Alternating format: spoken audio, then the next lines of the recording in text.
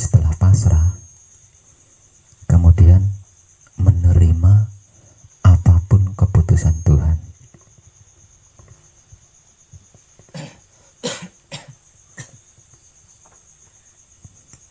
Nah, dengan dua hal ini, bagaimanapun awamnya seseorang pasti akan tertuntun ke titik sukses atau titik berhasil.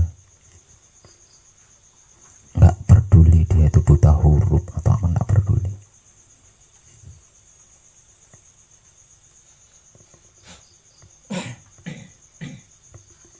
Kenapa? Karena setiap makhluk itu ditanggung jawab oleh hidupnya masing-masing. Setiap makhluk itu ditanggung jawab oleh hidupnya masing-masing.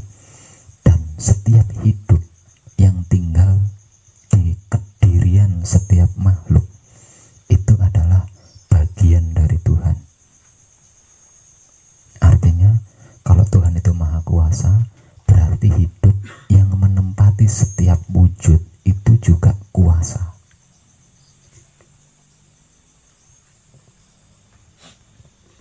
Karena itu tidak dibutuhkan apapun, tidak membutuhkan apapun, asalkan setelah pasrah kita bisa mau menerima keputusan Tuhan. Nah, keputusan Tuhan ini setiap detiknya berubah. Keputusan Tuhan ini setiap detiknya berubah, dan dia mutlak punya hak di situ. Tidak satupun makhluk yang bisa protes dengan kemutlakannya.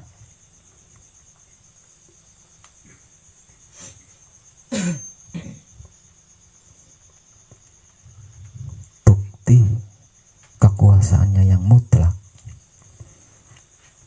malam bisa dijadikan siang, siang bisa dijadikan malam,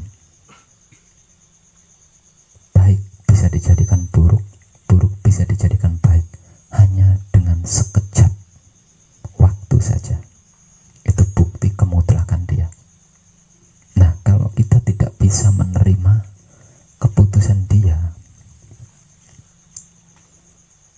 ketika kita berbuat baik, kemudian kita tidak menerima kebaikan lagi, lah di sini sangat menyakitkan, sakit banget di sini.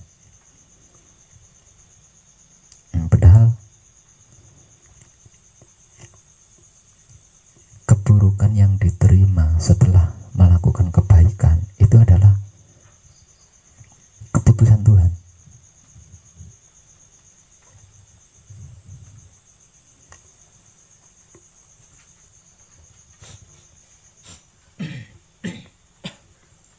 Hidup adalah perubahan. Benang merahnya, hidup adalah perubahan.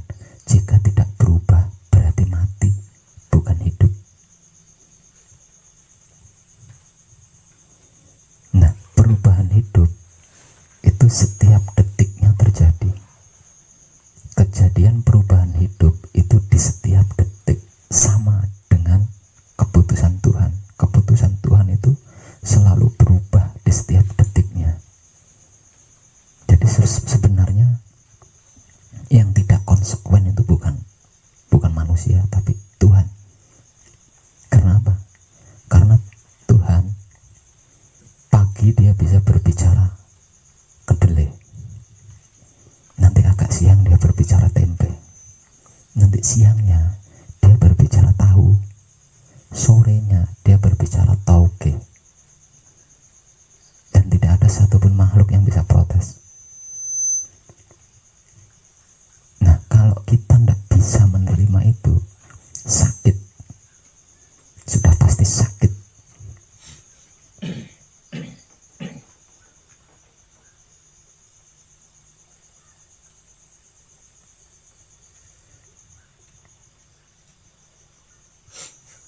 Nah, untuk bisa masuk ke ranah itu hanya hidup yang bisa menuntun.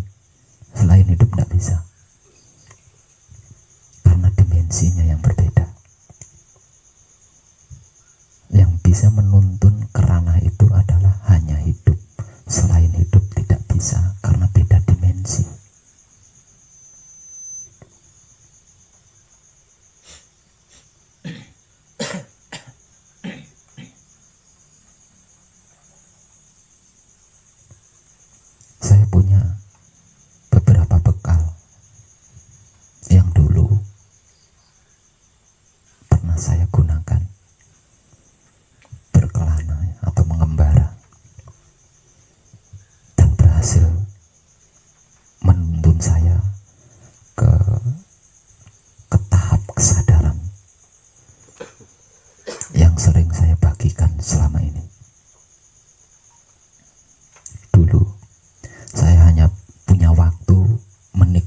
masa kanak-kanak itu 8 tahun kurang lebihnya.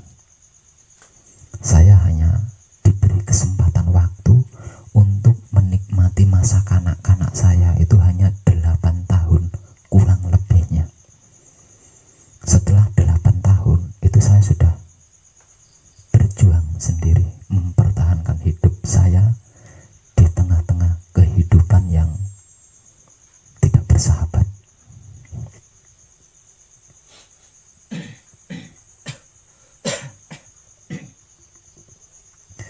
Dan selama 45 tahun kurang lebihnya usia saya itu hanya saya habiskan hanya untuk belajar.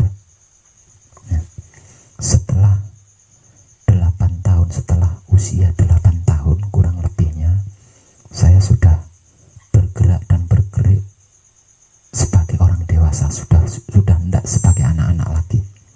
Dan semenjak itu hingga 45 tahun usia saya itu saya habiskan hanya untuk belajar, belajar, dan belajar. Tidak ada sesuatu apapun yang saya lakukan yang tidak saya pelajari. Awalnya saya diberi bekal oleh ibu saya.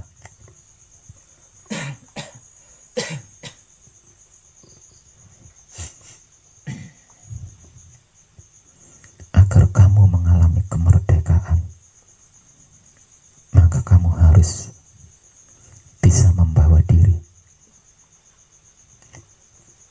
menempatkan diri, menyesuaikan diri dimanapun tempatnya hingga sampai kapanpun. Itu bekal dari ibu saya. Jadi semenjak umur 8 tahun saya itu sudah bergerak dan bergerik dengan bekal dari ibu saya itu tadi.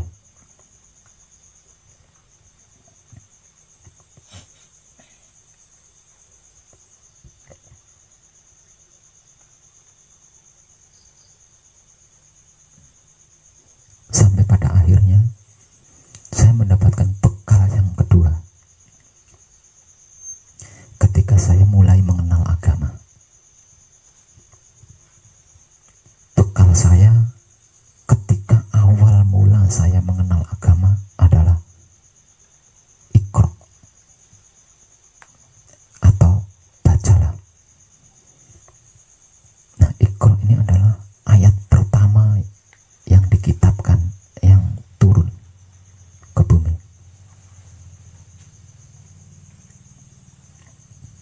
Sejarahnya Nabi Muhammad itu adalah buta huruf karena dia anak orang miskin, tidak mampu sekolah.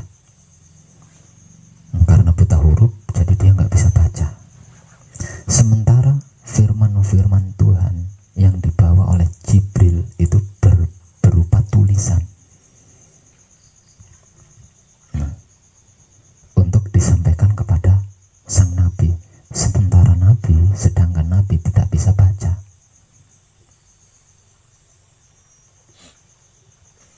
Di situ terjadi pemaksaan. Jibril memaksa Nabi Muhammad untuk membaca firman-firman yang dibawa oleh Jibril dari Tuhan. Dan berulang-ulang kali Nabi Muhammad berkata, "Aku tidak bisa baca, Jibril. Aku tidak bisa baca." Tapi Jibril memaksa, "Bacalah ya Nabi, bacalah." Dan berulang-ulang kali juga Nabi berkata, "Aku tidak bisa baca. Aku tidak bisa baca." "Kamu bisa, bacalah." Nah, karena dipaksa berulang-ulang kali untuk membaca, akhirnya sang Nabi diam.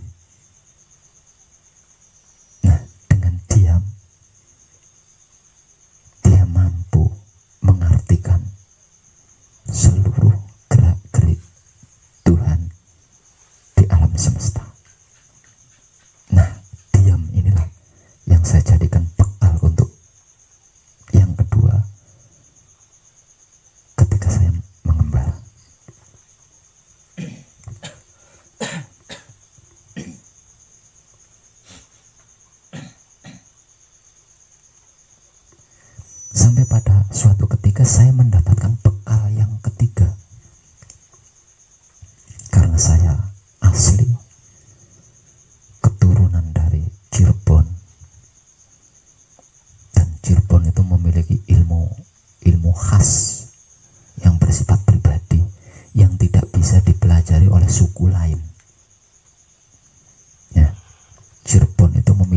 ilmu khas, ilmu warisan, ilmu turun-temurun yang tidak bisa dipelajari oleh suku-suku lain. Jadi hanya keturunan Cirebon. Nah, ilmu warisan itu tidak ditempuh dengan cara bertapa dan lain sebagainya, tapi hanya dapat ditempuh dengan lelaku, hanya dapat diterima dengan lelaku, bukan lakon. Jadi bukan bertapa, berpuasa, baca doa itu, baca doa ini, bukan. Hanya bisa diterima dengan lelaku. Nah, lelakunya 3 hal. Pertama, ono rusio ojo binuko. Artinya ada rahasia jangan dibongkar. Ono rusio ojo binuko. Artinya jika ada rahasia jangan dibongkar. Yang kedua, rezeki setitik ojo tinampik. Artinya jika mendapat keberuntungan sedikit jangan menolak.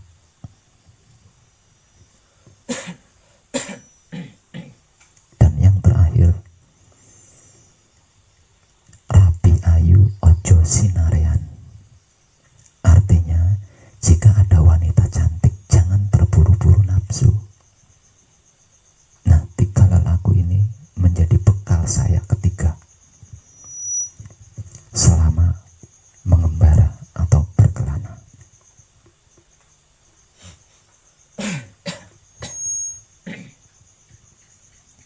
Dengan 3 bekal dari ibu saya, dari agama saya, dari agama ya, bukan agama saya, dari ibu saya, dari agama, dan dari garis keturunan saya, akhirnya saya berhasil bertemu dengan yang disebut wahyu panca gaib.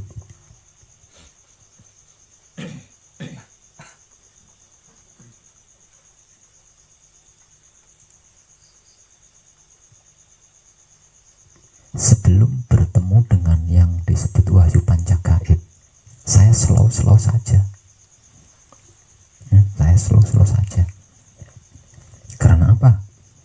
Karena selama kan 45 tahun usia saya habiskan hanya untuk belajar. Artinya mungkin bisa dihitung dengan jari ilmu-ilmu yang belum saya pelajari. Hampir seluruh yang disebut ilmu, mulai dari ilmu pengertian, ilmu pemahaman, ilmu pengetahuan, sampai ke ilmu-ilmu kesaktian, itu pernah saya pelajari. Lawang 45 tahun loh saya keliling dunia mengembara, berkelana, dan pengembaraan saya hanya untuk belajar.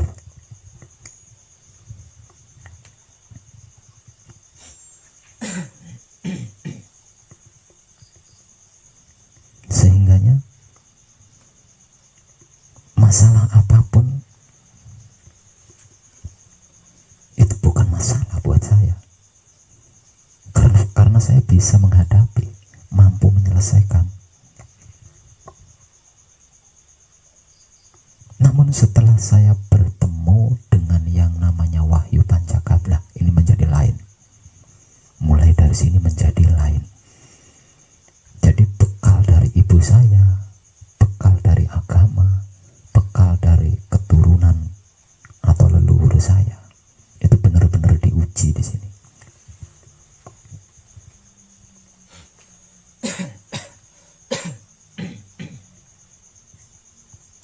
Bermula dari ketika saya mendapat sebuah pengertian dari seorang kadang sepuh bahwasanya di antara putra Romo itu tidak ada guru dan tidak ada murid, semuanya sama. Di sisi lain,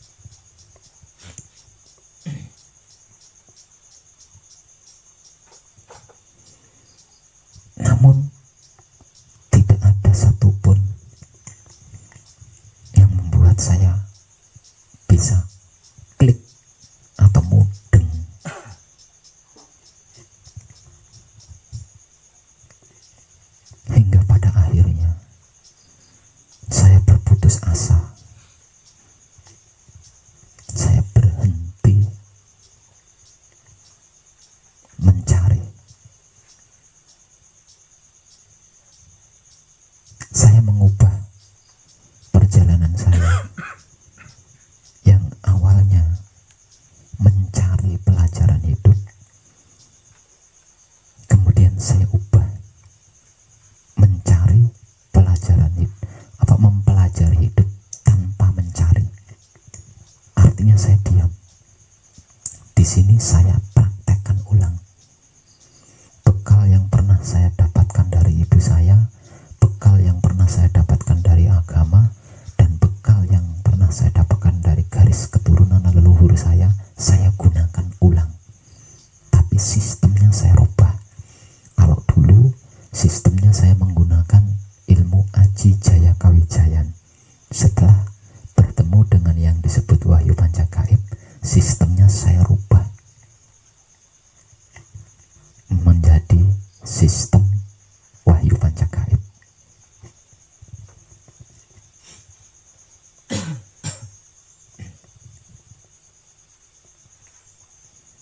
Nah, di sini saya benar-benar diuji.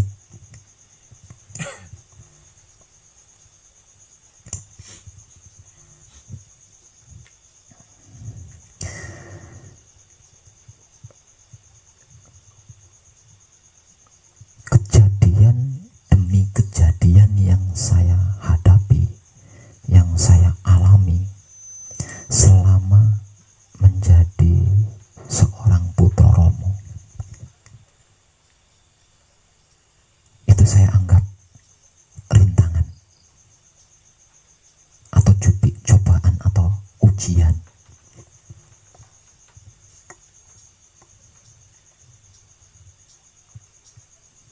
Nah, ketika saya mempraktekkan 3 bekal dengan penyikapan bahwa setiap kejadian-kejadian yang saya alami itu adalah rintangan atau ujian, wah, mungkin kalau otak saya itu bukan buatan Tuhan, pecah kepala saya. Benar-benar memusingkan kepala.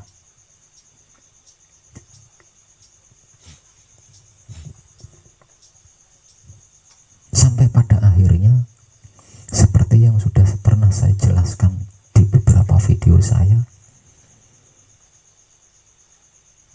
berhasil mengungkap filosofi dari yang disebut iman. Bahwasanya ternyata yang disebut iman itu adalah Wahyu Pancalaku. Nah, berbekal ini kesadaran saya bisa tumbuh. Awalnya saya pikir apapun itu adalah kesadaran. Apapun itu. Apapun kejadian-kejadian, apapun yang saya alami, yang saya hadapi itu saya selesaikan dengan kesadaran. Ngertinya saya seperti itu. Ternyata itu bukan kesadaran.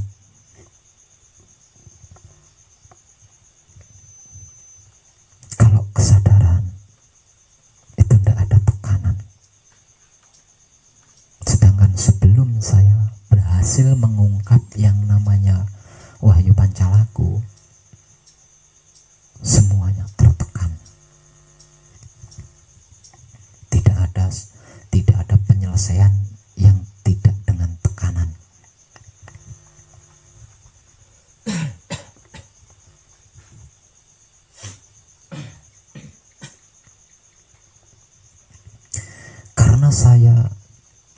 Karena sebelum saya putra Romo, edan pokoknya. Semua bentuk kehidupan itu pernah saya alami. Nah, dan itu sudah terlalu sering saya informasikan di video-video saya. Jadi pembunuh pernah, jadi penipu pernah, jadi pencuri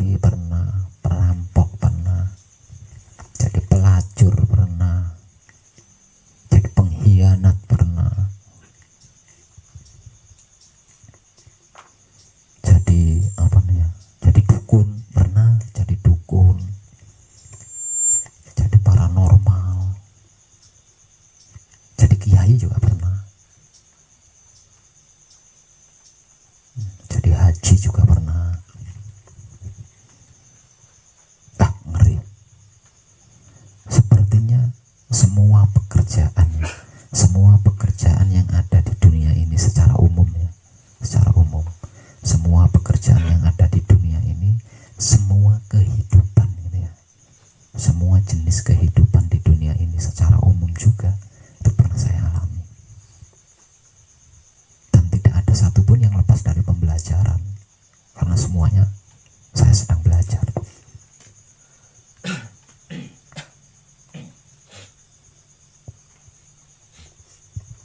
Nah, dengan masa lalu saya yang semrawut itu tadi ya, yang itu nggak bagus kalau diagendakan loh semrawut, lawang kabeh dilakoni, tadi kan nggak bisa dicontoh. Misalkan ada yang mencontoh juga pusing, yang mau dicontoh yang mana, lawang komplit.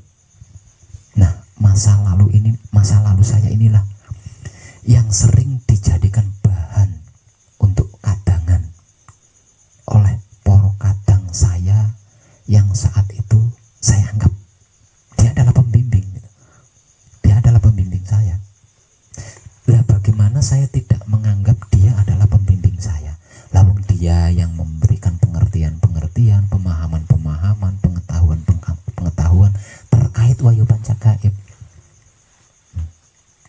Jadi walaupun di dalam istilah Putra Romo itu nggak ada guru, nggak ada murid, jadi saya nggak bisa ingkar dari situ.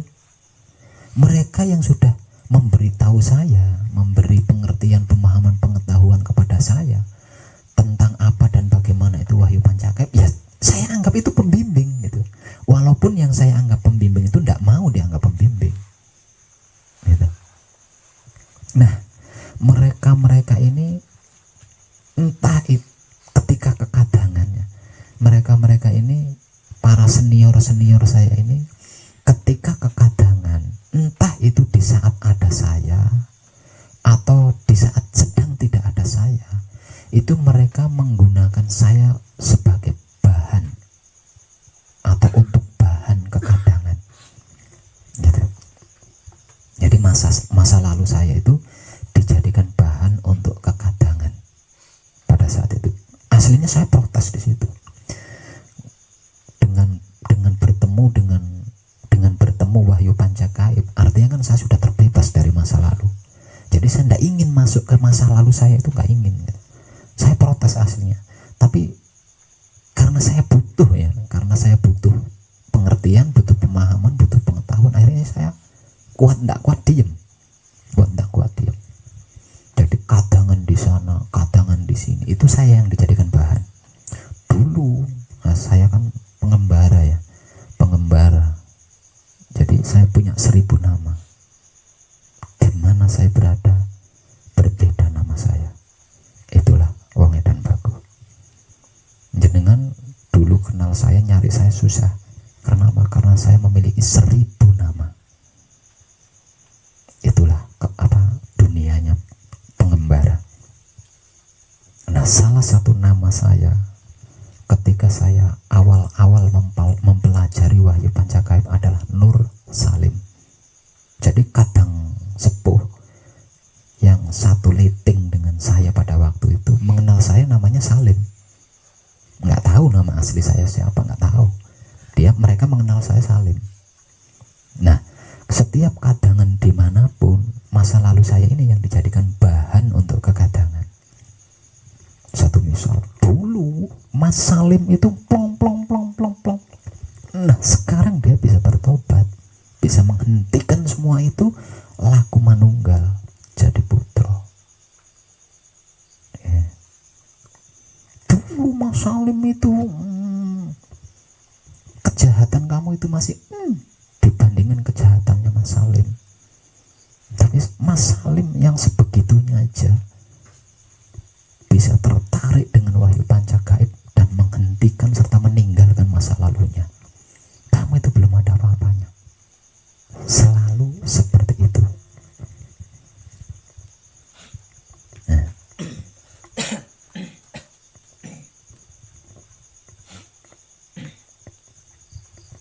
Nah, kalau si orang itu kurang marem, kurang puas dengan cerita-cerita tentang masa lalu saya dari kadang senior saya, dan dia nggak puas, nah saya disuruh maju, disuruh mengungkap semua masa lalu saya. Jadi wah, saya tertekan banget pada waktu itu, benar-benar tertekan, malu ya, tertekan, wes pokoknya campur aduk. Tapi saya berusaha diam, mengingat saya sedang mempraktekkan 3 bekal tadi loh ya, 3 bekal tadi. Saya praktekkan, saya diam, tetap saya menceritakan masa lalu saya.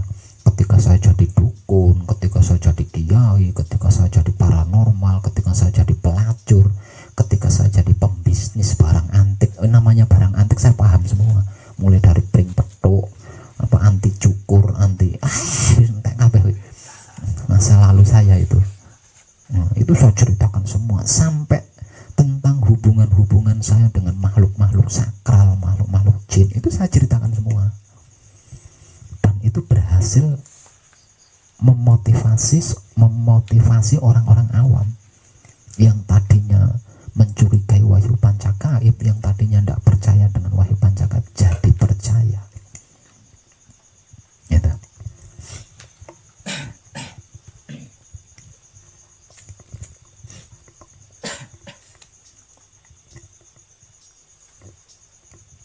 Semuanya itu saya hadapi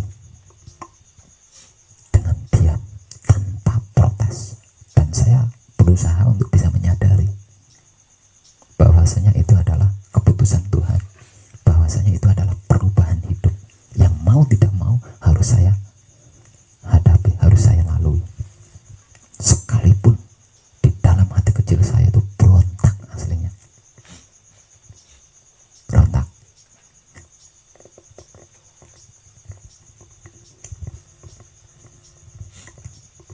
Nah, hebatnya justru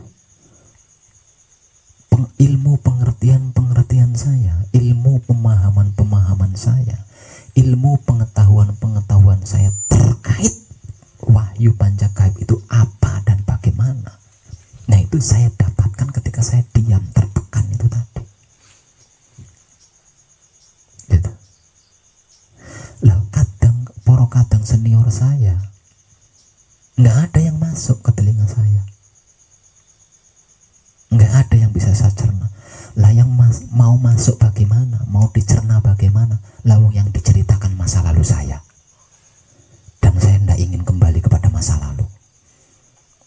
Enggak. Jadi nah, ketika saya diam dengan keadaan tertekan itu tadi, bibir saya memang sedang menceritakan masa lalu saya, atau telinga saya sedang mendengarkan kadang senior saya yang sedang menceritakan masa lalu saya.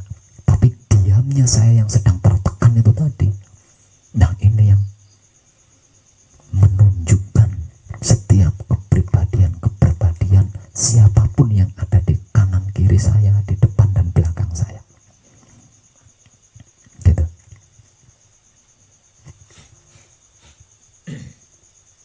Nah, karena saya mengetahui semua itu, ya, mengetahui setiap kepribadian kadang senior saya, mengetahui apa dan bagaimana itu wahyu pancagaib, kan ketidakkuatan saya lama-lama nggak kuat beneran. Akhirnya saya berhenti, motong, nggak pernah kadangan lagi. Tapi ketika ada acara kadangan besar-besaran, saya tetap diundang, dipaksa untuk datang. Nggak peduli saya sedang ada di atas mimbar lagi ceramah atau apa, nggak peduli.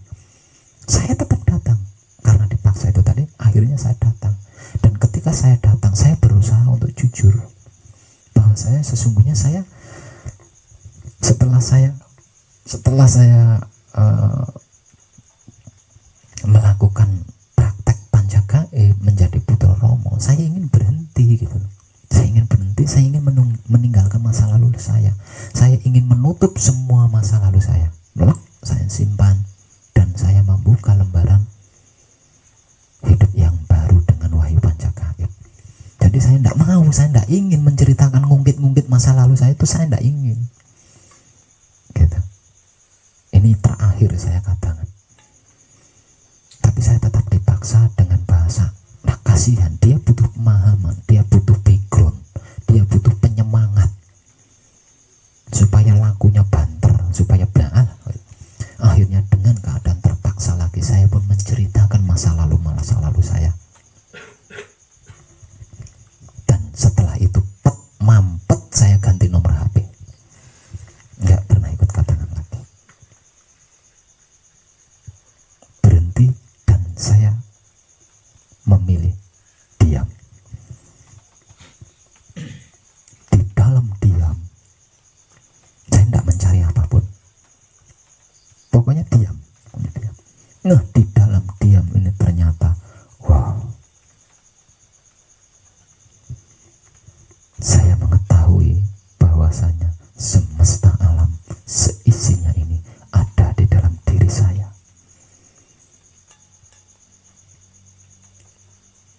Dengan itu akhirnya saya bisa menyimpulkan bahwasanya tidak ada sesuatu apapun yang tidak terhubung dengan saya.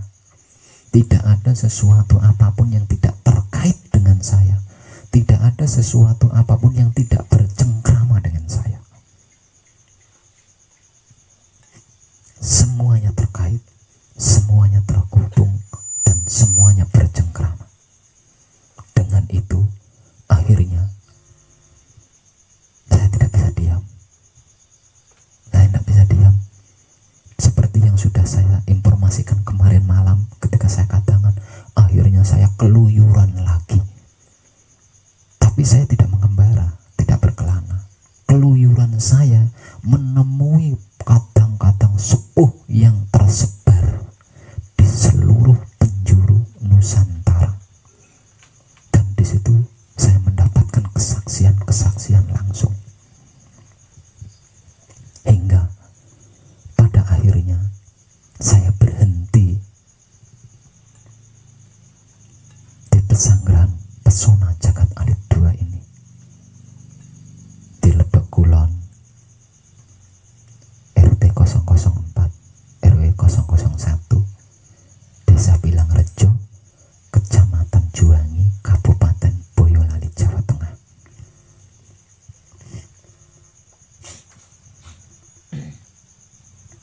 Oke.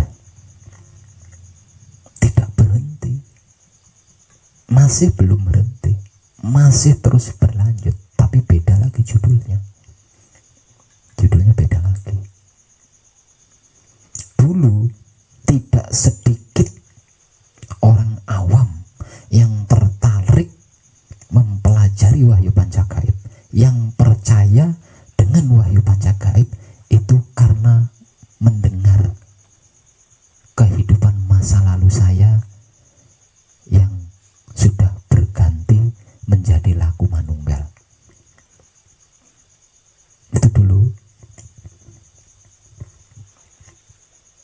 Dan ketika itu saya merasa tersiksa, saya risih, malu, karena pada akhirnya semua orang mengetahui siapa sebenarnya Wong Edan Baku.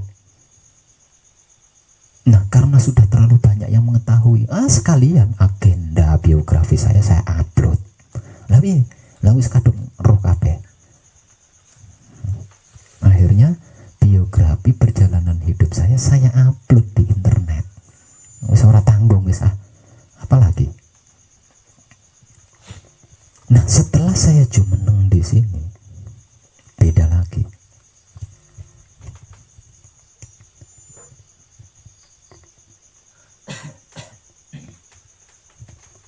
Masakannya tetap masakan sama, tapi bumbunya yang berbeda. Nah, saat sekarang ini mereka yang dulunya termotivasi, yang dulunya terinspirasi dengan masa lalu saya, berbalik.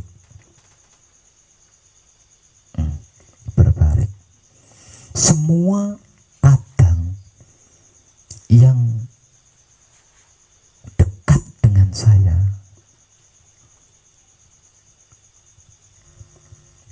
itu diberitahu,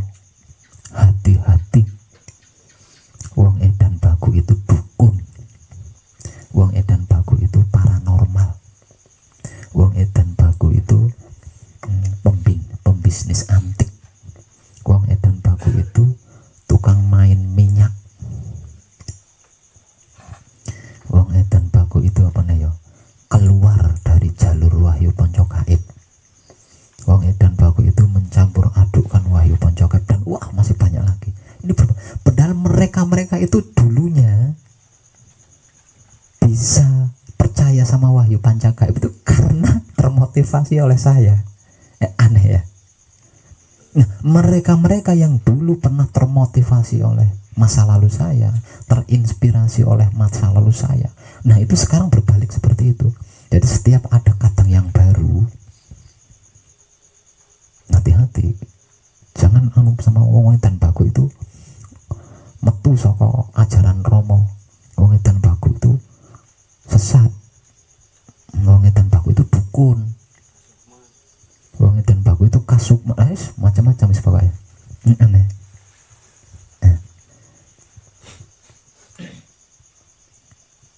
Aneh kan? Tapi sudah tidak tertekan lagi. Karena apa? Karena saya sudah punya wahyu pancalaku. Saya tidak tertekan. Nah, dengan itu semua saya jadi semakin sadar ternyata kejadian-kejadian yang saya alami, yang saya hadapi selama ini itu bukan rintangan, itu bukan cobaan. Nah, itu saya baru menyadari sekarang ini, ketika mereka yang satu liting dengan saya mengabarkan tentang saya kepada Putra Romo yang baru atau calon Putra Romo dengan cara seperti itu saya jadi semakin gitu. Tapi anehnya itu loh, anehnya itu risih nggak ada, terus apalagi benci ya, risih nggak ada, tersinggungnya nggak ada, terus pokoknya bener-bener nggak apa-apa gitu, nggak apa-apa. Jadi, semakin yang lebih aneh lagi, semakin mereka memperkenalkan saya dengan para calon putra atau putra baru dengan cara mengabarkan saya bahwa saya itu adalah masa lalu itu saya semakin ngerti, semakin paham, semakin tahu. Ya. Dan itulah keputusan Romo, perubahan hidup. Andai saja saya tidak bisa menyadari perubahan hidup yang terjadi di setiap detiknya, andai saja saya tidak bisa menerima keputusan Romo, waduh, saya bisa kumat tuh.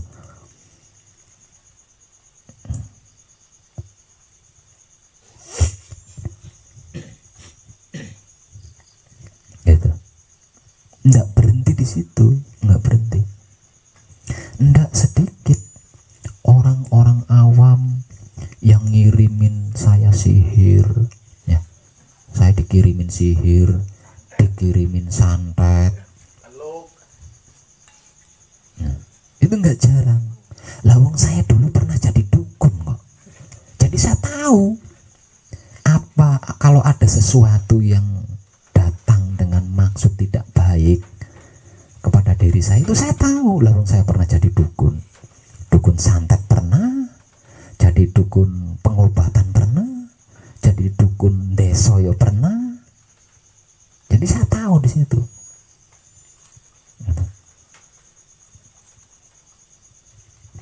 Nah, di situ yuk, bukan hanya orang awam, termasuk ada juga putra gitu, putra Romo yang menggunakan wahyu pancagaib untuk menyerang saya.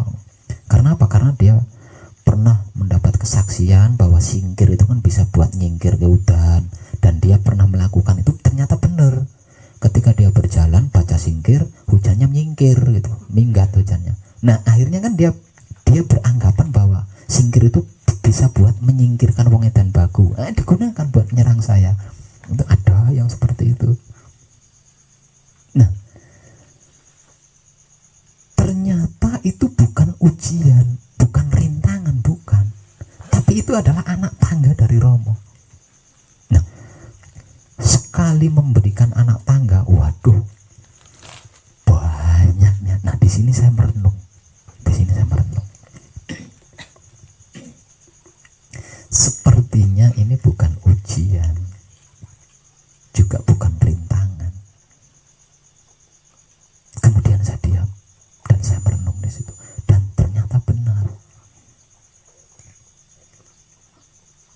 Nah, karena itu saya tidak membalas, gitu. Tidak merespon, ya tidak membalas. Tapi justru saya jadikan pijakan.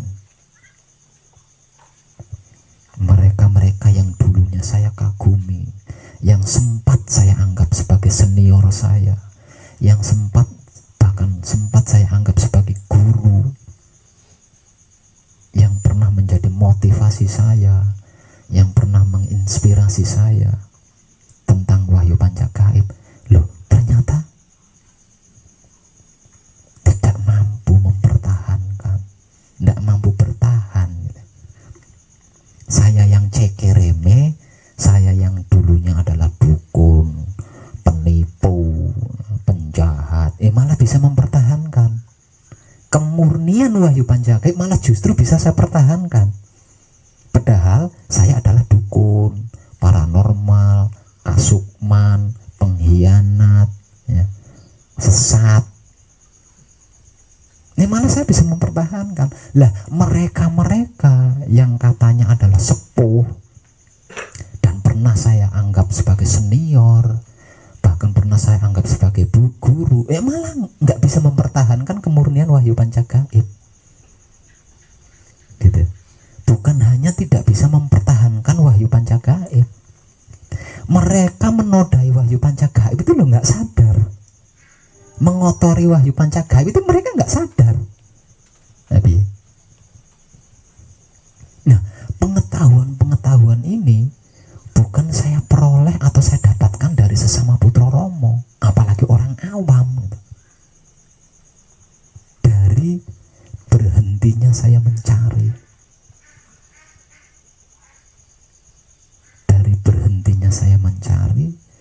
berusaha kuat mempertahankan kesadaran dan memperluas kesadaran. Artinya itu saya dapatkan dari semesta alam. Bahannya ya dari poro kadang yang beraneka ragam itu, bahannya dari orang-orang awam, bahannya dari beraneka ragam isi alam semesta ini. Nah, di sini saya baru percaya bahwasanya sesungguhnya di antara putra Romo itu tidak ada guru, tidak ada murid. Karena apa?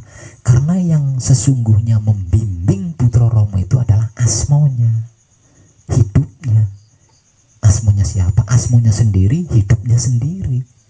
Bukan asmonya putra lain, bukan hidupnya putra lain, bukan. Tapi hidupnya sendiri, asma sejatinya sendiri yang membimbing. Nah, ini saya buktikan gitu loh. Oh, ternyata benar. Nah, mereka yang memberikan saya pemahaman seperti itu malah nggak ngerti, malah nggak paham. Maunya ngomong sambung harus dipercaya, harus diikuti oleh kadang baru itu tadi, oleh putra Romo yang baru laku itu harus ngikutin. Kalau enggak, kamu sesat nanti seperti wong edan bagu mlebu kasukman dan lain sebagainya. Aneh Pak.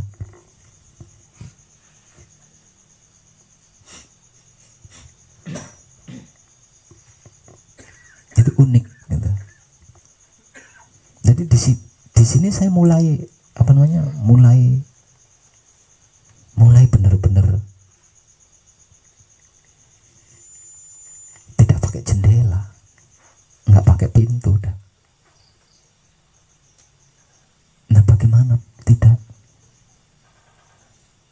Secara kasat mata, apalagi orang awam, mungkin mengira panjenengan sedang berguru kepada saya, sedang belajar bersama saya di sini. Itu kan perkiraan mereka di luar sana. Ini terlepas dari putra atau bukan putra, udah pasti anggapannya seperti itu. Namun dalam kenyataannya, justru saya yang sedang belajar sama panjenengan-panjenengan. Justru saya yang sedang berguru sama panjenengan-panjenengan ini. Terlalu banyak yang saya dapatkan dari panjenengan dan dulunya saya belum mengetahui. Saya ketahui setelah ada banyak para kadang yang datang menekung. Kadang ini seperti ini, kadang ini seperti ini, kadang ini seperti ini, dan semuanya itu terkait dengan saya. Semuanya itu berkomunikasi dengan saya, terhubung dengan saya. Nah di situ saya dapat banyak deh itu, dapat banyak. Jadi terkait manekung yang saya informasikan kepada panjenengan itu timbal baliknya nggak ada apa-apanya dibanding yang saya dapatkan gitu. Mungkin panjenengan hanya mendapatkan hanya tentang manekung, tapi saya mendapatkan banyak di situ. Nah, sehingganya saya menyimpulkan di ranah manekung itu tidak ada guru, tidak ada murid, bahkan tidak ada kadang gitu. Di ranah manekung kita semua adalah teman seperjalanan. Itu kesimpulan saya, keputusan saya di situ akhirnya. Dan tiada hentinya. Di setiap saat saya mendapatkan banyak dari diri panjenengan. Karena apa? Karena panjenengan semua ini itu terhubung dengan saya, terkait dengan saya, dan berkomunikasi selalu dengan saya.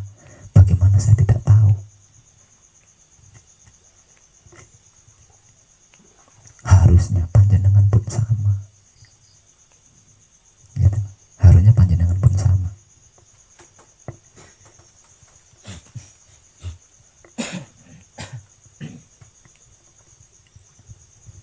Itulah Wahyu Panjagaib.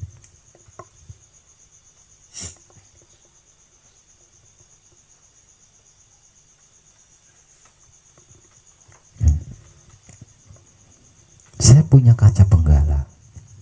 Kaca penggala saya kalau untuk orang umum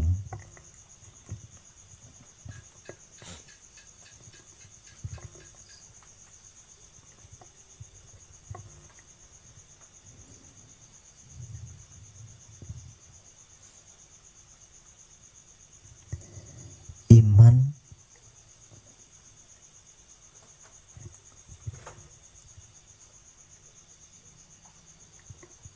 apa? Bukan ya, iman tanpa ilmu bagaikan lentera di tangan pencuri. Sedangkan ilmu tanpa iman bagaikan lentera di tangan bayi. Itu kaca penggala dari saya untuk umum.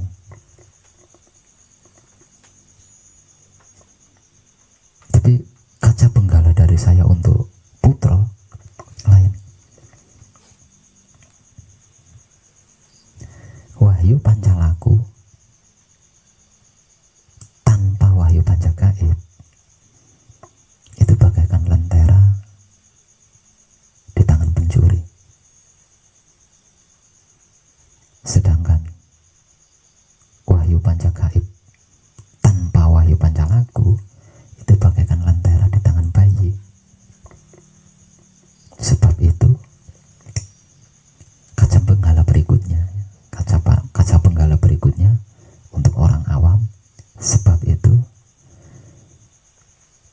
berimanlah dengan cerdas, dan cerdaslah dengan iman. Sebab orang beriman yang tidak cerdas itu bisa jadi teroris. Sedangkan orang cerdas yang tidak beriman bisa jadi koruptor. Itu kaca penggala berikutnya untuk awam. Tapi kaca penggala berikutnya untuk putra lain lagi.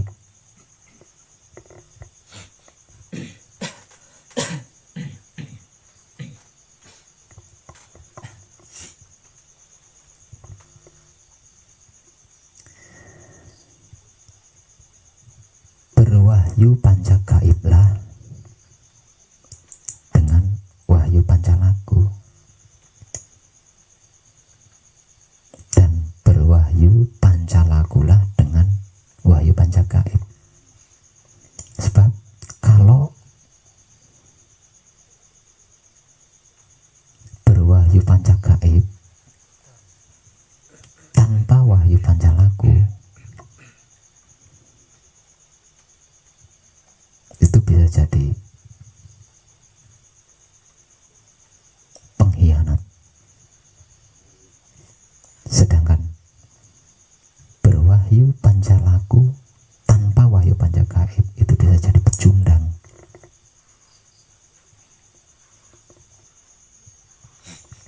Dan ini mulai terbongkar.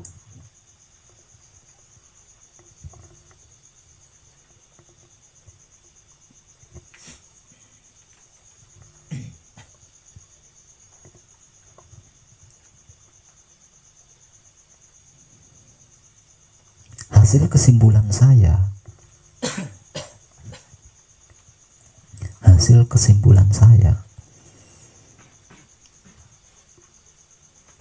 terhebat adalah menerima keputusan Tuhan setelah pasrah itu tadi.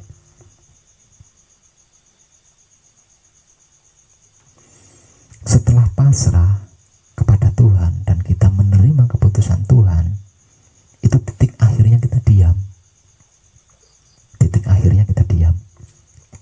Nah, diam setelah pasrah dan menerima apapun keputusan Tuhan, nah ini masuk ke dalam sabdanya Romo. Lakune putra iku kesampar kesandung, ono kalane diidoni.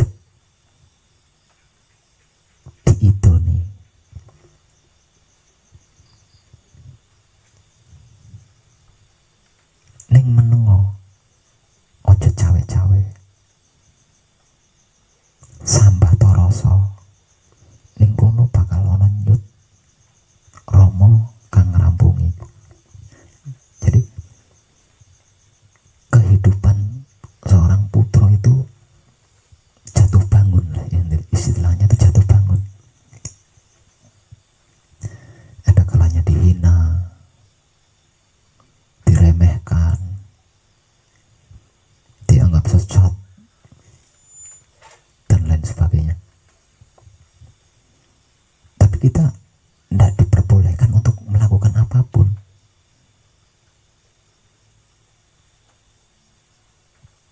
Kita hanya disuruh diam. Jika sampai ada berontak, berontaklah kepada rasa. Nah, di dalam rasa itu akan ada mood, ada nyut. Nah, ini benar, itu saya nyatakan gitu loh. Saya nyatakan. Saya misal contoh.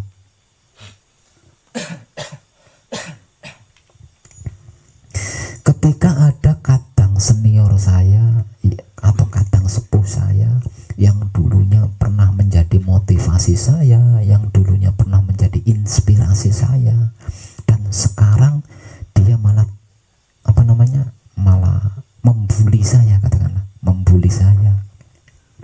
Nah itu, oh saya manusia ya.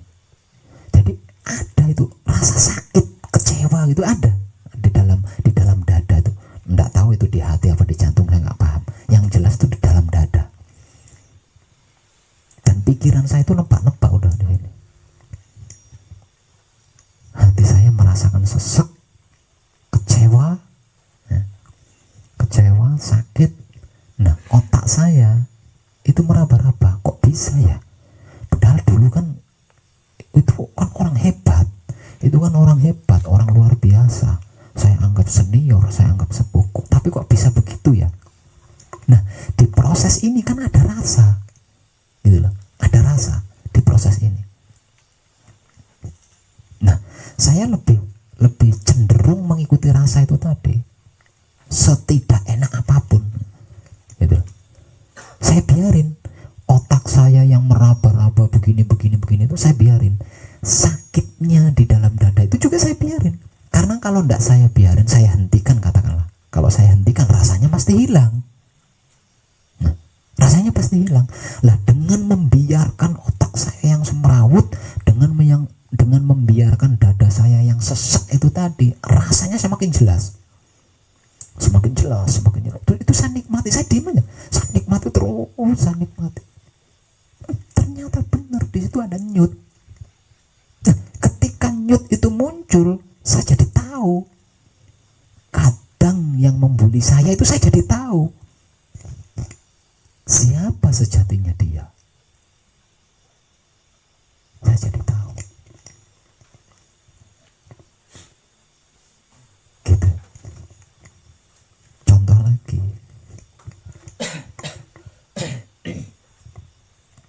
Berulang-ulang kali saya dermimil gitu ya. Saya dermimil.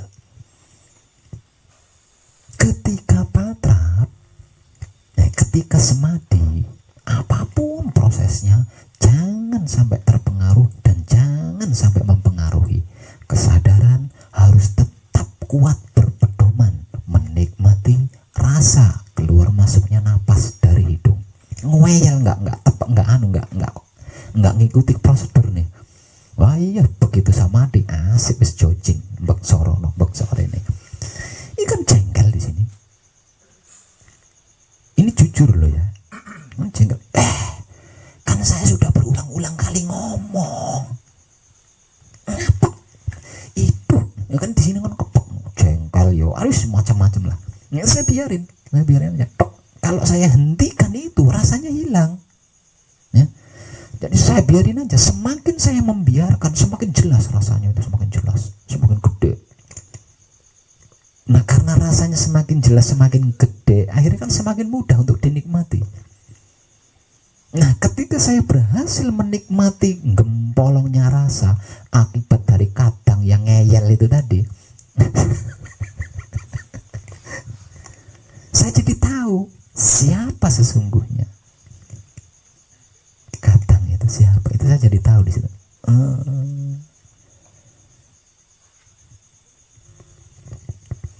Itu.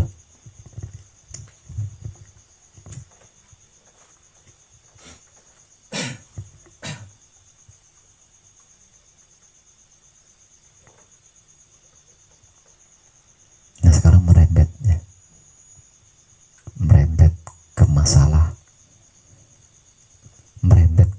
Merembet ke masalah pribadi tapi umum. Dialami. Masalah pribadi tapi umum dialami. Apa itu? Uang. Nah sekarang kita masuk ke dalam uang nih.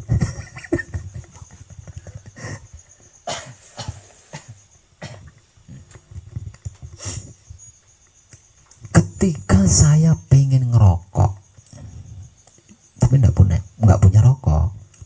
Ketika saya kepengen ngerokok, saya perokok, tapi saya nggak punya rokok. Selain tidak punya rokok, nggak ada duit lagi. Nggak ada duit. Nah dengan bahan ini, pikiran kita, hati kita akan aktif, otomatis akan aktif. Ya berbahan itu tadi loh ya, aktif. Ini. Ternyata seperti ini tuh rasanya orang nggak bisa ngerokok tapi pengen ngerokok itu di sini ya. Kita kan seperti itu. Nah ini andai saja saya kerja, yang rancang ini naik dolan nggone wong kaya mesti dirokok. Katakan gitu kan. Ya itu jangan dihentikan, biarin aja dia mengalir. Nah semakin kita membiarkan dia mengalir kan semakin jelas rasanya itu kan, semakin jelas, semakin besar. Terus nikmati. Nah ketika kita berhasil menikmati rasa yang semakin jelas, semakin besar, saya jadi tahu. Saya jadi tahu tekniknya bikin uang itu seperti apa, tekniknya mendatangkan rokok itu seperti apa, saya tahu.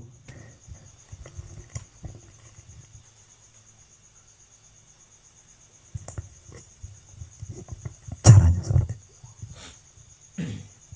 Nah ini berulang-ulang kali saya alami. Berulang-ulang kali saya alami. Ketika saya menghadapi para pencemooh saya, para pembuli saya, entah itu orang awam atau sesama putra. Ketika saya menghadapi orang-orang yang ngirimin saya santet, ngirimin saya sihir itu. Ketika saya menghadapi panjenengan-panjenengan yang sedang manekung tapi ngeyel itu. Itu saya buktikan itu. Oh, ini ternyata ini gitu loh. Ternyata seperti ini. Kalau saja saya tahu dari dulu hanya sesederhana itu, waduh, saya enggak mungkin mengembara keliling dunia. Ternyata sesederhana itu loh. Sesederhana itu loh. Ternyata kalau bahasanya Romo kan sambatoroso. Ning kono nyut Romo kang bakal ngerampungi. Lah ini ditelan mentah-mentah sama putra Romo. Enggak digelar, enggak digulung. Nah, itu.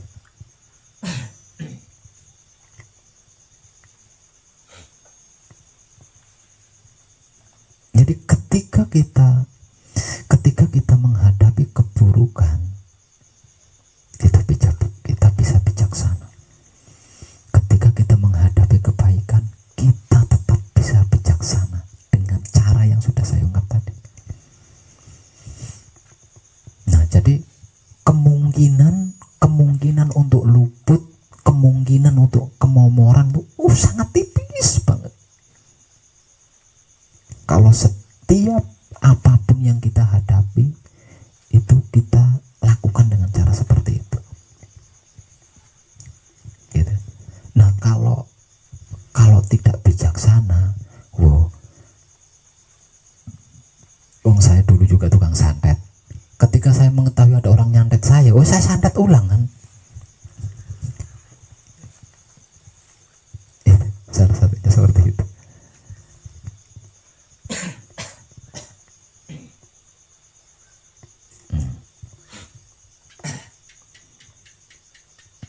Nah, sekarang kita masuk lagi.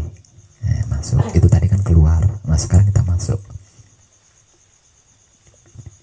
Nah, ketika panjenengan patra dan sampai di ranah semedi, itu kan proses pasti terjadi. Biarin aja proses itu. Semakin dibiarin proses itu, semakin jelas rasanya, semakin besar rasanya. Nah, kalau rasanya sudah semakin jelas, semakin besar, dan semakin mudah menikmatinya. Sampai bisa menikmati. Nah, kalau sudah bisa menikmati, ya berarti klik sampai. Kalau belum sampai, berarti panjenengan belum bisa menikmati. Karena panjenengan tidak mau membiarkan prosesnya. Ya. Malah justru mbok ora tarit. Prosesnya ini malah mbok ora tarit.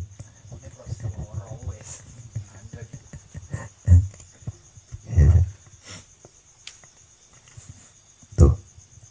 Jadi setelah 45 tahun kesimpulannya, setelah saya menghabiskan usia 45 tahun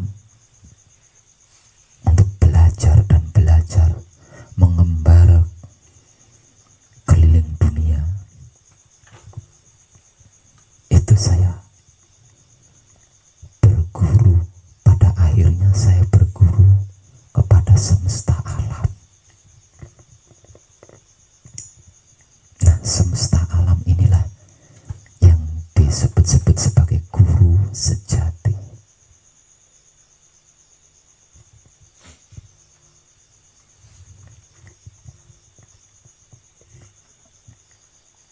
Nah, itu hanya bisa ditempuh dengan kesadaran.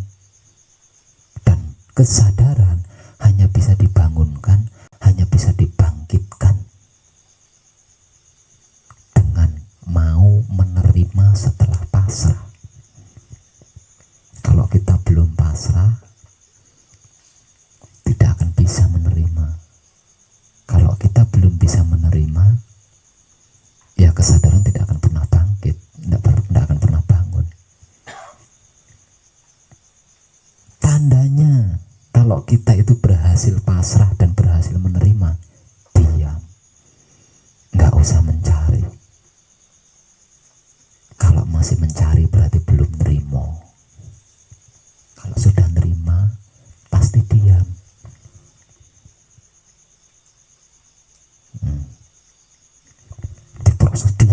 aja wis nrimo dia mau depek-depek ini ya wis meneng ya wong nrimo wis nrimo. Nah semakin dibiarkan ya semakin besar, semakin jelas rasanya.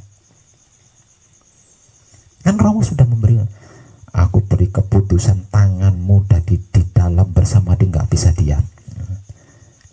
Aku putuskan ketika kamu bersama di tanganmu nggak bisa diam. Nah itu kan keputusan Romo. Ya carno.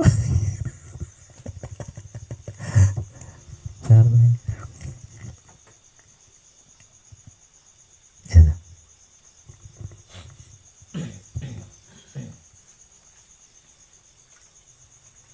Coba panjenengan praktekkan teknik itu bersama saya, dan saya sedang selalu mempraktekkan itu di setiap harinya.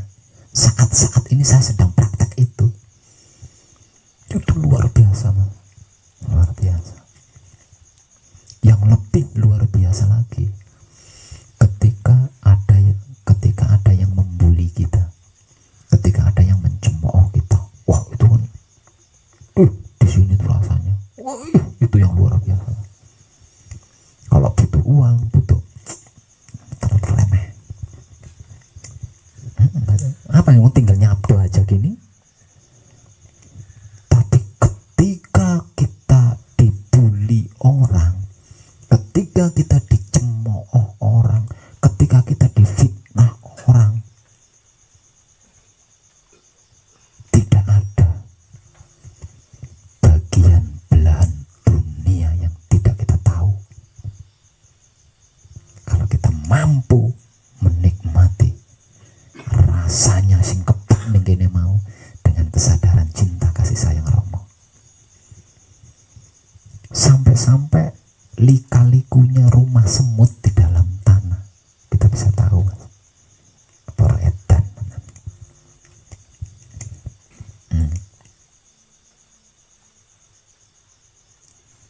Kalau soal kebutuhan duniawi terlalu gampang itu.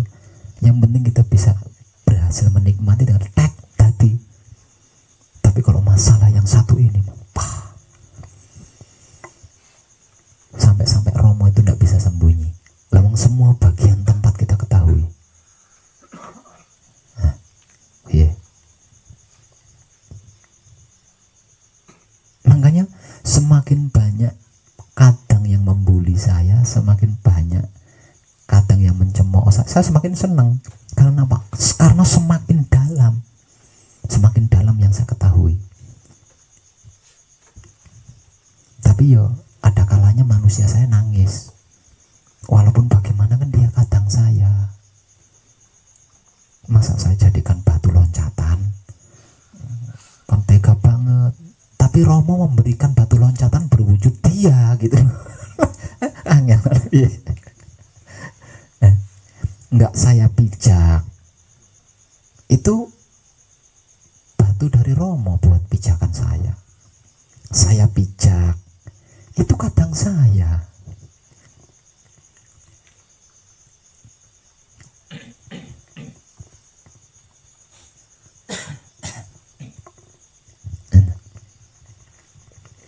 Mau saya ulang lagi? Tadi klik belum? Ya.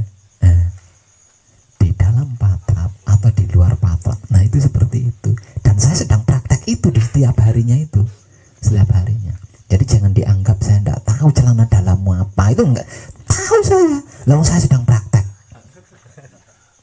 Bojone Samsul nganggo celana dalam. Saya tahu. Saya tahu loh, saya sedang praktek di situ. Dan itu adalah resikonya. Nah tinggal sayanya apa-apa apa enggak kan gitu. Kalau apa-apa ya berarti butuh wong enten bagus. Praktekkan itu setiap hari. Saya itu sama kan jumlahnya banyak satu persatu. Ada kalanya hari ini saya ini, nanti besoknya itu, besoknya itu. Ada kalanya sehari itu sampai bisa 3 orang dalam sehari. Dan saya praktekkan seperti itu.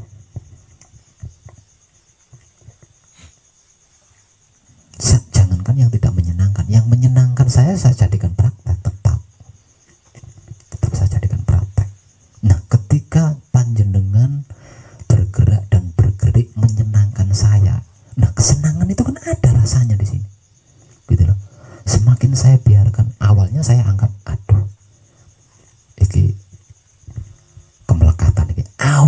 anggap itu adalah kemelekatan awalnya. Tapi setelah saya sadari lebih dalam, ternyata itu bukan kemelekatan, tapi itu justru batu pijakan dari Romo buat saya berlalu. Nah, ketika panjenengan bergerak dan bergerak menyenangkan saya, ini ada rasanya. Saya biarin. Semakin saya biarkan, semakin besar cetok. Setelah menyenangkan, begitu gerak-geriknya sudah menjengkelkan lagi, jelek. Loh, wingi kayak menyenangkan, saya kok ngayal ke. Itu kan perubahan hidup, Mas Haji. Perubahan hidup. Dan di situ saya harus tidak bisa protes, harus tidak protes, karena saya sudah terlanjur mengaku, mengerti perubahan hidup di setiap detiknya. Nah, kalau saya sampai ketem-ketem kan ya berarti saya munafik. Itu saya sadari dulu, wong ini, wong iki ngene, wong iki ngene. Ana kalane teko toing, wujude gedhe semono. Waduh, mangan iki ora cukup sepiring iki wong. Iya ono ngono barang. Ada gitunya juga. Ada gitunya juga. Namanya praktek belajar. Asli, ini jujur saya katakan.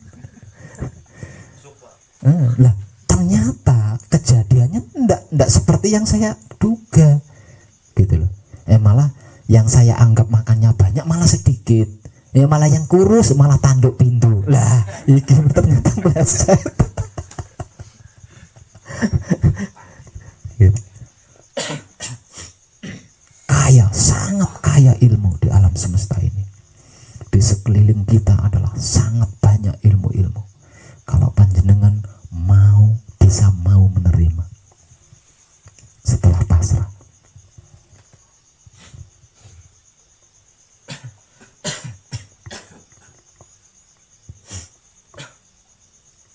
Sampai ya mungkin penuh. Kalau diibaratkan wadah saya itu penuh mungkin. Mulanya kadang-kadang yang limpang.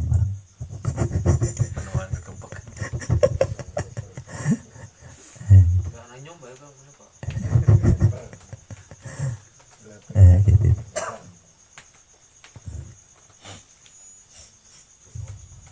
Tapi itu tidak bisa dipraktekkan jika pikiran, hati, dan syahwat kita tidak bersih.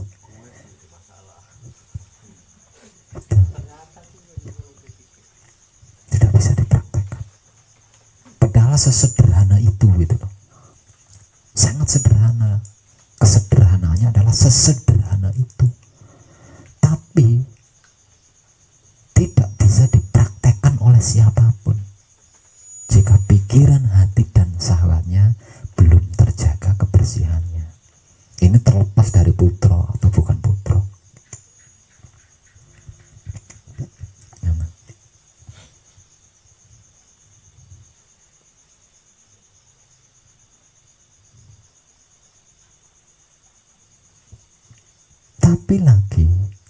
Tapi lagi, jika itu kita praktekkan, aslinya itu otomatis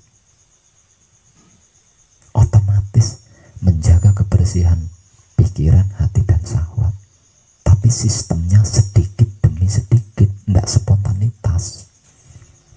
Jadi di luar niatan, di luar kesengajaan, dengan mempraktekkan itu, kita sudah menjaga kebersihan pikiran, hati, dan syahwat. Tapi sistemnya sedikit demi sedikit.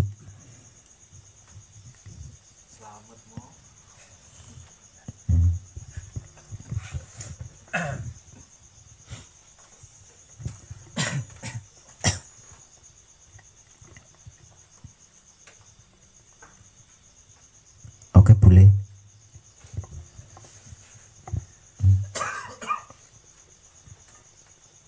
Kuncinya adalah pasrah. Gemboknya adalah bisa mau menerima apapun itu. Nah, kalau gembok pasrah dengan kunci pasrah dengan gembok menerima ini disatukan, dimanunggalkan, bodoh gitu Mas Haji. Makanya tadi saya katakan diam kan, bodoh.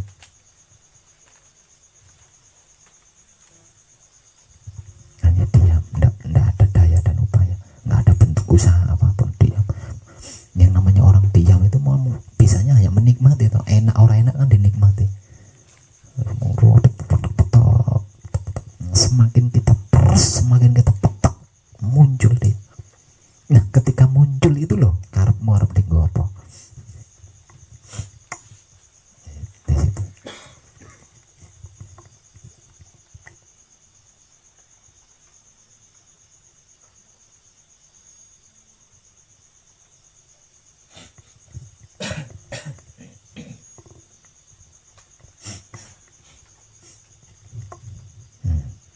Piye?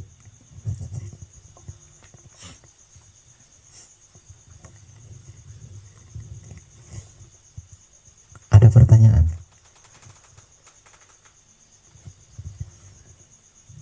Barangkali ada yang punya pertanyaan, monggo dipertanyakan.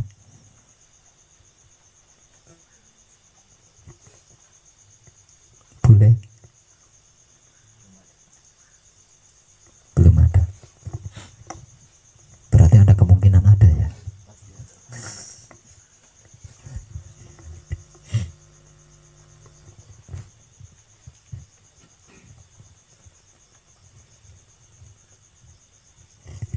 Ayo Mas Sugeng. Adakah sesuatu dalam dirimu? Ada sih Pak. Lah yang mbok diutah nih. Serupa tapi tak sama lah. Alah. Jadi tentang apa ya, kesadaran waktu apa tadi, diam. Jadi mayoritas dari pengalaman mungkin ya 1 bulan kemarin, ketika kita patrap ataupun dalam laku keseharian, kita itu bukannya malah pinter Pak, malah bodoh. Bodoh, iya bodoh. Nah jadi ketika kita tuh ibaratnya tuh sudah mentok, kita kan sudah merasakan apa ya, rasa sakit ataupun rasa yang masa lalu ataupun masa sekarang, kita sudah berusaha menikmati, tapi kita tidak bisa bicara Pak. Iya. Jadi kadang meledaknya itu dalam hati, nggak bisa keluar mulut, nggak bisa.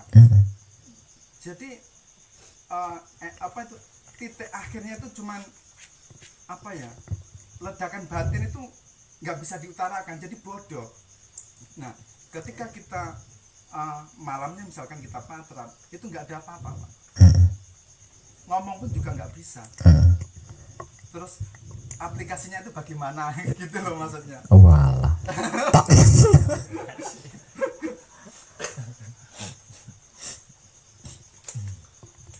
Aplikasinya Tuh aplikasinya bagaimana? Aplikasinya itu apa? Ngomong. Iya mungkin begitu. Aplikasinya itu ya ketika meledak itu loh Mas Sugeng. Artinya ketika hal itu terjadi, Mas Sugeng belum bisa menguasai kebodohan itu. Kebodohan perlu dikuasai Mas Sugeng. Kalau tidak bisa menguasai, belum bisa menguasai, ya berhenti di bodoh itu tadi. Berhenti di bodoh. Tadi Mas Sugeng mengatakan, ya meledak di hati, meledak di dalam, enggak. Nah, itu kan aslinya aplikasi itu. Coba kalau meledaknya langsung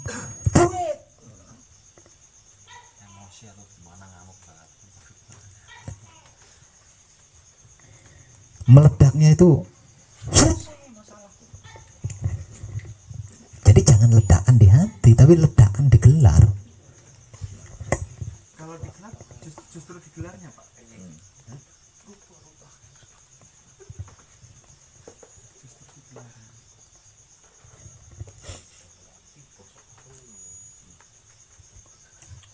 Nabi.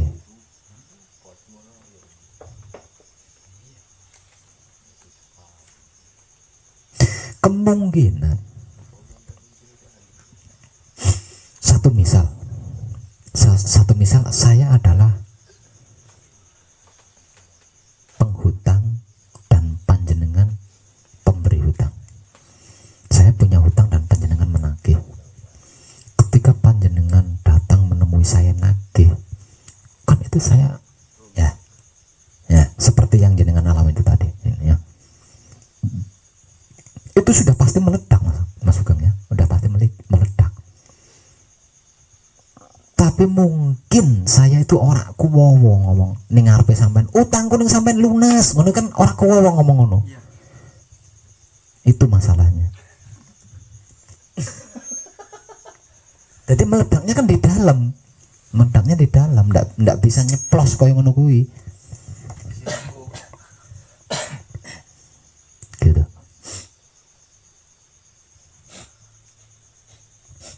Nah, padahal kejadian itu adalah aplikasinya. Nah, cara menjalankan aplikasinya itu tadi ya itu tadi ngebrak meja kuwi mah utangku karo sampean lunas. Itu cara menggunakan aplikasinya. Nah, sedangkan yang punya apa dia datang menagih saya itu adalah bentuk aplikasinya. Nah, cara menggunakan aplikasinya setelah berhadapan diuni-uni dituding-tuding yang ngono rasane. Nah, cara menggunakan aplikasinya itu tadi ledakan itu karo gebrak meja apa nendang karo ninju wonge ya ora apa-apa.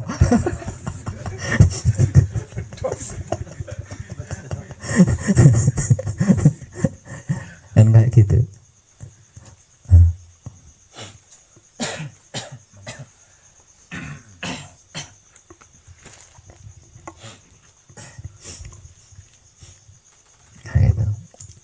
Kalau dulu saya Mas Sugeng ya, saya ledakan dengan tulisan dulu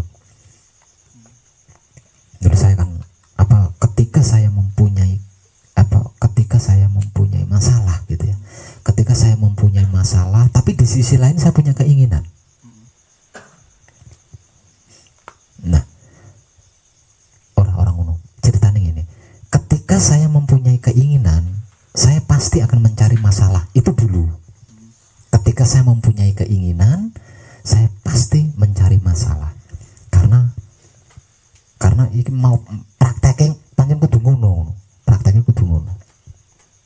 Katakanlah saya punya keinginan beli motor. Ya, saya ingin punya motor, saya ingin bisa beli motor. Saya bukan orang kerja. Ya. Sudah pasti tidak akan mungkin. Mustahil bisa beli motor itu, mustahil lah, nggak punya penghasilan apa-apa. Nah, satu-satunya jalan karena lakunya seperti yang sedang kita bahas ini, maka nggak ada cara lain. Saya harus mencari masalah. Nah, dengan upaya mencari masalah, di dalam upaya mencari masalah, tiba-tiba ada seseorang yang membuli saya. Nah, ini dapat ya. Dapat. Ketika saya mengetahui kalau saya sedang dibully, wow. Nah, ini yang saya praktekkan. Ketika wis gempolong gede dan dia meledak, maka saya ledakkan dengan tulisan di kertas. Aku iso tuku motor. Nggak ada kaitannya loh Mas ya. Kelakon tuku motor Mas. Orang no kaitannya kan.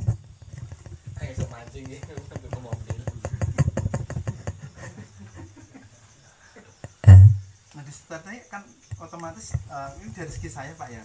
Karena saya sebagai pelaku utama yang mengalami setiap hari rasa-rasa seperti itu, ketika aku menggelarkan dari bibir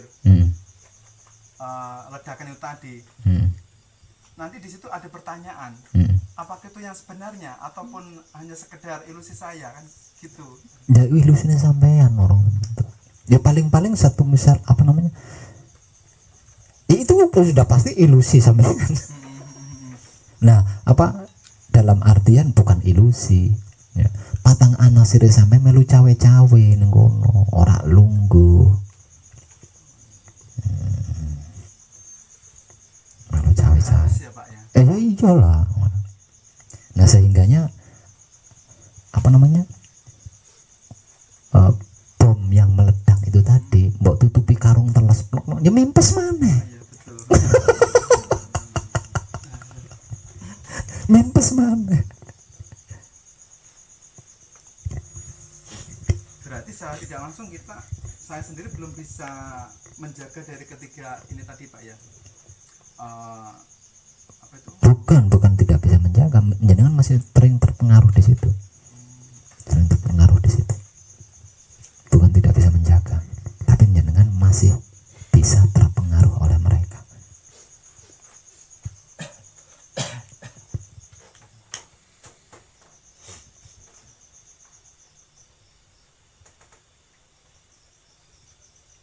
Ayo, ilmu larang lo mau. Ana sini sangat kambora.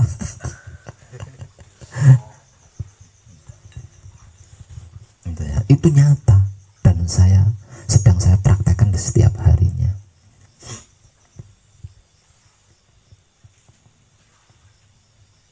Terutama menghadapi panjenengan. Wah, ini apa namanya? Tabungan ilmu semua buat saya dengan itu.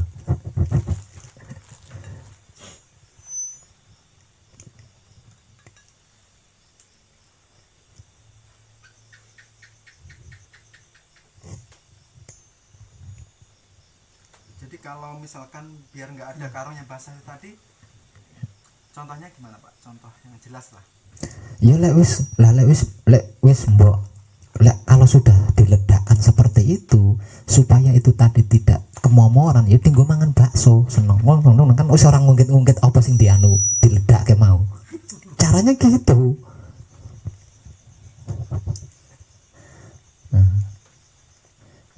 Kalau nyubruk ning kene wae ya mesti ngono gimana. Soalnya eman Pak, hampir tiap hari ya. Lah iya. Tapi masih kemomoran. Iya. Itu luar biasa. Dan selalu saya alami dan saya praktekkan di setiap harinya tentang hal apapun itu. Ini ono kalane mungkin karena terlalu kepek akhirnya nek ora kuat yang geblak.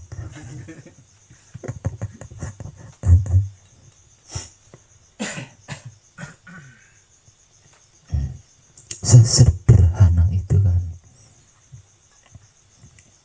Coba mari kita praktekkan ketika kita patrap atau di luar patrap dalam hal apapun itu.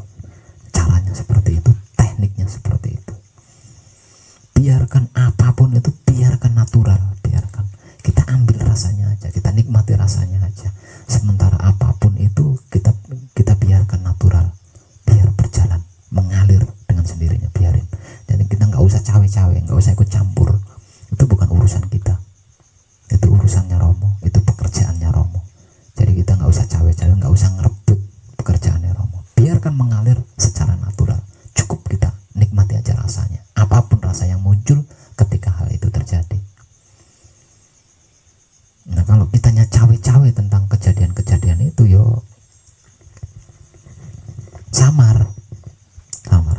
Tapi kalau kita biarin, semakin kita biarkan semakin jelas, semakin kita biarkan semakin besar apanya? Rasanya.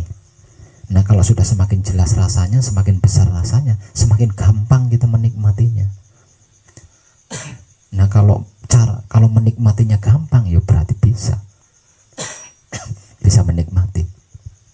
Nah ketika kita bisa menikmati itu tadi, ada pasti jenengan ngerti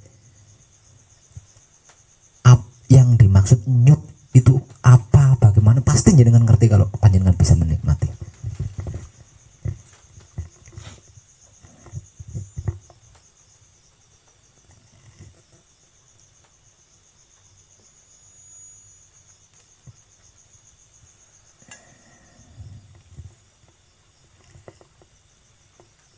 Hampir jam 12. Oke, kadangan kita malam ini cukup sampai di sini dulu. Tapi untuk malam ini tetap belum patrap bareng ya. Besok malam baru bisa kita patrap bareng di luar. Semoga panjenengan bisa mencerna apa yang sudah saya informasikan tadi.